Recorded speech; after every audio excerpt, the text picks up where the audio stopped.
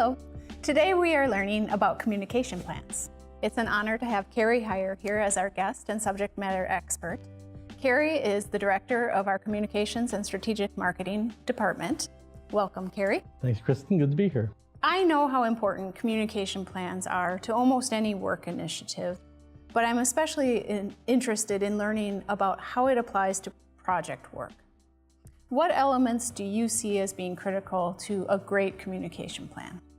Well, whether it's a project communications plan or any other kind of communication plan, there really are four fundamental questions that serve as the foundation of a good plan. And the first is to consider who your audiences are. In the case of a project, who will be affected? Who do you need buy-in from? Who are going to be your rabid supporters, your fans, your fanatics who will go out and evangelize the good work that you're doing? And also identifying who the people are who are skeptics and antagonists. You're always going to have those too. And then you're going to have people that are suspended somewhere in the middle. They're indifferent. They may feel the project doesn't affect them in a very direct way. So they're just kind of waiting around, wait to see what will happen. Identify people who are going to be your most outspoken supporters and enlist them to be the foot soldiers to carry your message forth. But also identify the people who might be vocally challenging and approach them and get them involved in the conversation early and to ask them about concerns that they might have. A lot of times you'll find out things before you engage in the plan from the people who are skeptical that you can use to turn the message around to be something positive and to get them to be supportive. The second question then is, what do you want them to know? Whether it's a tweak to a current situation, maybe you have a plan in place where you're just tweaking a process, or whether it's a revolutionary change that's going to flip things on its head. People are conditioned to asking this question: why should I care? They want to know how what you're doing affects them and to what extent it affects them. They want to know how it's going to benefit them. If you answer those questions throughout the course of the project, from initial planning and research to rollout and then full-on implementation to post-project review and evaluation, you're going to have more meaningful discussion that you can make part of your communications plan. But telling them what you want them to know. And then the third thing then is, what do you want them to do? You want them simply to support the implementation of a new process? Is it adopting a different approach to solve a problem? Are there specific actions people need to take? Deadlines people should be aware of? Are there consequences for non-compliance? What are the penalties for non-compliance? If there's something you want people to do, you need to tell them what you want them to do. In marketing, we call it the call to action. Come to an event, enroll, register, apply. Along the way, if there's something you want people to do, tell them directly, this is what you need to do. The fourth question is, what will success look like and how will you measure it? You first, of course, have to conduct an initial assessment, benchmarking, establishing where you are now and where you want to go, and identifying quantitative and qualitative metrics to show that you've moved the needle, that your chains are moving and success is happening and that you're stepping toward your goal.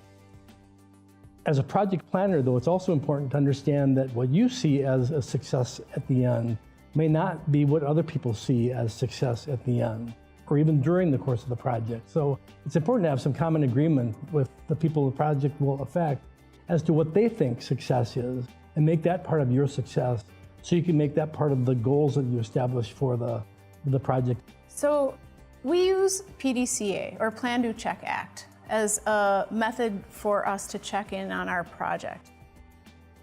When you think about communication plans, you've already kind of touched on this, but which stage do you feel like a communication plan is important at? Communications should permeate everything you do. You can't answer the question, why are we doing this, without conversation. You can't plan a project without feedback. How do you know what you're doing is working or not? You have to ask people. How do you make improvements? You can't measure results without objective analysis of the situation and listening to those who are affected. Effective communications is a two-way proposition. You can't simply pump out message, spew ink like a cuttlefish, raise your bullhorn, and push messages one way. It really has to go both ways. Call and response. You give information, you receive feedback. You take that feedback and process it and put that into your plan. So being a purposeful and responsive listener. And that's true whether you're leading a team, you're the CEO of a company, or you're managing a project. Great. So what final tips do you have for somebody who is leading a project?